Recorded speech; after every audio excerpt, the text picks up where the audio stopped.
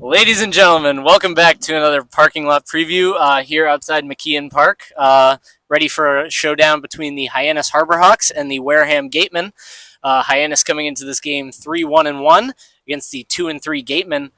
Tim, what can you tell us about the win for Hyannis over the Bourne Braves last night? Yeah, yesterday a huge win for the Hyannis Harborhawks in Bourne, in Doran Park for the first time since June 28th, 2022. Manager Mitch Carricker was pumped up after the game, said that one felt sweet, and I'm sure it did. A long time coming for the second-year manager for the Hawks. You know, Carricker talked about how the hitting was contagious. The dugout almost felt like it was exploding with energy the whole game. That was the best the dugouts felt all year, and I think they're going to try to continue that. Ava, what did you see in that game? Who'd you like?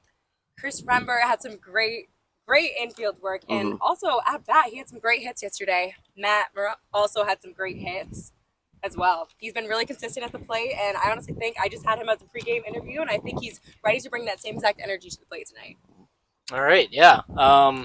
Matt, we faced the Harborhawks faced the Wareham Gatemen on opening day. Picked up a 7-2 win. What can you tell us about their starting pitcher tonight? Well, the Hawks have already seen Daniel Powell, the righty from Kennesaw State. He's going off today. He only got 3 innings deep last time he was out. He's going to look to do a little better than that. He's going to try to get a little more breath, a little more depth in his start. He's going to look to kind of dominate a little more. Only 2 hits, 2 walks, 2 strikeouts in his first one. So he's going to try to come back with the second year, do a little more work. All right, yeah. Hyannis countering with their opening day starter as well. Will Libert, recently committed to Ole Miss in the transfer portal. Had a very good start against the Gatemen on opening night. Pitched 4 innings. Struck out 6 Wareham hitters, didn't walk anybody, didn't give up any earned runs. It was a really good start for Libert. He did say after the game that he was looking to refine his command ahead of his next start so that he could go a little bit deeper. Now we'll see if that work will pay off tonight.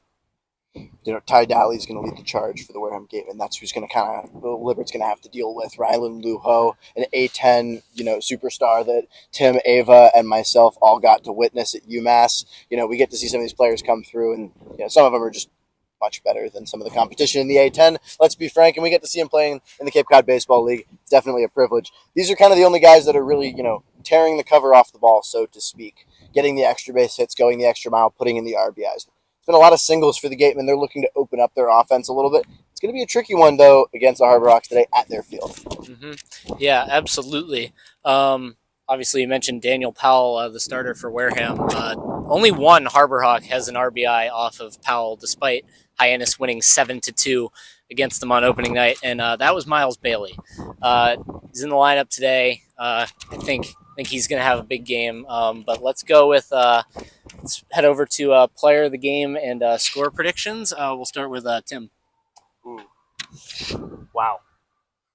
This one, I'll go with the score first. It's going to be a high-scoring one. Okay. Because I think both of these teams are settling in to this year very well. Wareham coming in is on a 2-game winning streak. The Harborhawks, obviously, with big energy last night in Bourne.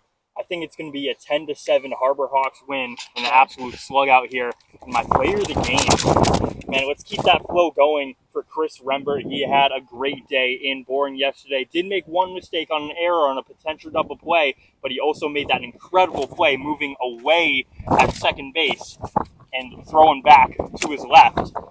Just an incredible play overall. I'm liking to see some two-way action out of him tonight. Okay. Ava, what do you got? I honestly, this is a tough one.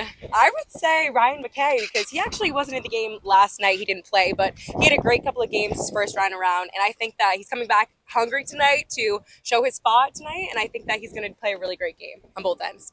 Fresh legs. I like that. I'm getting the guy who's coming back in as well, Brody Briggs. We got, some catcher love in the house. I think he's going to tear the cover off the ball. We'll give it, maybe, 2 RBIs, 3 RBIs, couple of hits, throw a guy out at second. I don't know. I want to see some good play behind the dish today. He always keeps the ball in front really well. I want to see him call a great game. I think that's my player of the game. Score prediction, I keep it a mid-score. I think the pitchers are going to get the better hand. I think the bullpens are going to come out. We'll give it 6-3 Hawks. I think they'll get a lead in the first and they'll extend it, kind of like they did last night. All right. Yeah. Great Great choices by all three of you. I'm going with somebody who had a big game yesterday against Bourne. Give me Jackson Willits. Just joined the Harbor Hawks from the University of Oklahoma for the summer. He went 2 for 3 with 3 walks yesterday against Bourne. Got on base 5 times.